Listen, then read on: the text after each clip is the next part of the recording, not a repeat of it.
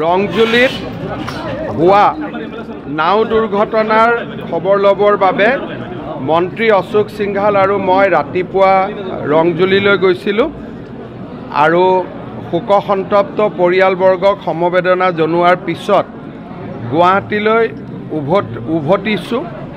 ৰাস্তাতে আমাৰ দক্ষিণ কামৰূপ ভাৰতীয় জনতা পাৰ্টিৰ কাৰ্যালয়ত বহি দিনটো যিহেতু ভাত পানী একো খোৱা নাছিলোঁ, ইয়াতে ৰুটি এখন কাৰ্যকৰ্তাসকলে খোৱালে, ৰুটি এখন খালোঁ আৰু এতিয়া আমি গুৱাহাটীলৈ গৈ থাকিম। অকণমান এই দুই এদিনৰ পৰিৱেশটো পাৰ হ'ব দিয়ক। মই কোন জেগাত ডক্টৰ নাই, কেনেকৈ ডক্টৰ ৰাখিব পাৰোঁ তাৰ এটা ব্যৱস্থা কৰি আছোঁ আৰু মিৰ্জাৰ হস্পিটেলখনো মই চাই দিম।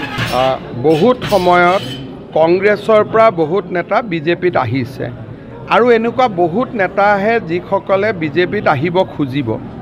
স্বাভাৱিকতে বিজেপিটো দুই এজন থাকিব পাৰে যোনে কংগ্ৰেছত যাব খুজিব। গতিকে ৰাজনৈতিক দলত অহা আৰু যোৱা এইটো চলি থাকে, কিন্তু যিসকল বিজেপিৰ আদৰ্শৰ সৈতে জড়িত সাধাৰণতে বিজেপিত আহিলে আৰু বেলেগ দলত নাযায়। আৰু গোটেই ভাৰততে বিজেপি ত্যাগ কৰি কংগ্ৰেছত যোৱা মানুহৰ সংখ্যা একেবাৰে কম, দুই এজন আছে। কংগ্ৰেছৰ পৰা বিজেপিত বহুত আহে।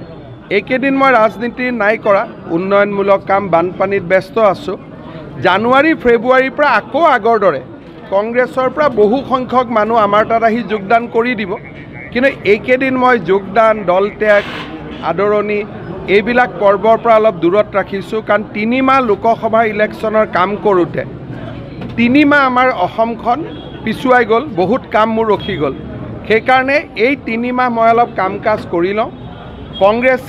কংগ্ৰেছত যদি কোনোবা যায়, মোৰ এটাই অনুৰোধ যে কংগ্ৰেছত যাওক, বিজেপিত যাওক, আমাৰ অসমৰ স্বাৰ্থ যাতে সুৰক্ষিত ৰখাৰ বাবে আমি সকলোতে মাত মাতোঁ। আমাৰ অসমখনৰ সমস্যাবোৰ আমি জানো, কেনেকৈ আমাৰ অসমীয়া আৰু হিন্দু মানুহখিনি কেনেকৈ কলধপ কৰি আমি জীয়াই আছোঁ সকলোৱে জানো। এই মানুহখিনিৰ স্বাৰ্থটো যাতে আমি সকলোতে সুৰক্ষিত কৰি ৰাখোঁ।